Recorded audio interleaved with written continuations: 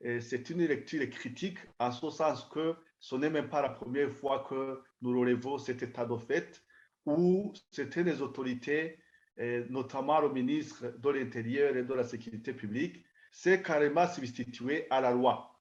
Parce que les mesures qu'il a prises, qui sont appliquées différemment, de manière discriminatoire, compte tenu des personnes concernées ou des biens concernés, n'a pas de base légale. Et puis, aujourd'hui, nous constatons que le CNDD-FDD continue à travailler comme si c'était l'unique dirigeant qui vient au pays, alors que le pays a été dirigé pendant plusieurs décennies déjà, et que toutes ces constructions qui sont visées étaient là. Ce sont les autorités qui ont donné des autorisations. Il y a beaucoup de gens qui ont joui de leurs biens jusqu'à présent, sans vraiment craindre une quelconque violation de la loi. Et aujourd'hui, s'il était nécessaire de démolir certaines constructions, ce serait des constructions érigées sur des installations électriques ou sanitaires ou de l'eau. Sinon, rien n'explique qu'aujourd'hui, on vienne systématiquement exiger aux gens de déguerpir sur une certaine distance par rapport aux voies dans les certaines villes du pays. Compte tenu de la définition donnée par cette autorité qui a mis en place donc cette politique qui vise à attaquer les constructions dites anarchiques, nous voyons la construction, ou plutôt l'édifice du parti CNDD-FDD érigé dans la zone de Ngagara qui sert de permanence de son parti.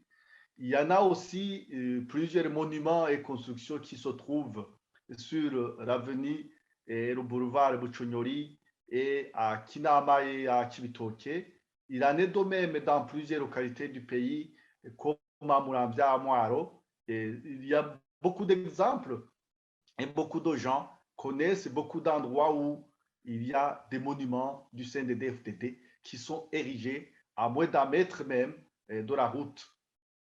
Ça s'explique par le fait que le régime du CNDD-FDD a érigé la terreur en mode de gouvernement.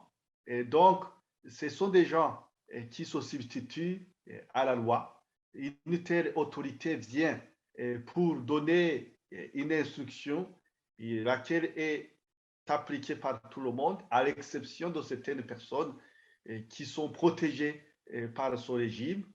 Et quand certaines personnes sont concernées, sont visées, on voit les gens critiquer comme si ces gens, il y a une certaine catégorie de personnes qui sont devenues intouchables. Nous avons vu beaucoup de commentaires lorsque la construction appartenant à l'ancien ministre de la Justice, Aimé Laurentine Kanyana, a été concernée. Et donc, on voit que le Burundi, les Burundais, au fur et à mesure qu'ils s'habituent à cet état de fait, à des pratiques assimilables à l'état de police, et ils finissent par se convaincre que les gens ne sont pas égaux et que la loi également ne peut pas s'appliquer de manière équitable, égale et juste pour tout le monde. Il faut absolument que différents groupes se lèvent pour décrier cet état de fait, l'injustice et les pratiques discriminatoires qui s'enracinent dans la société burundaise. Il en est des députés qui sont des représentants du peuple.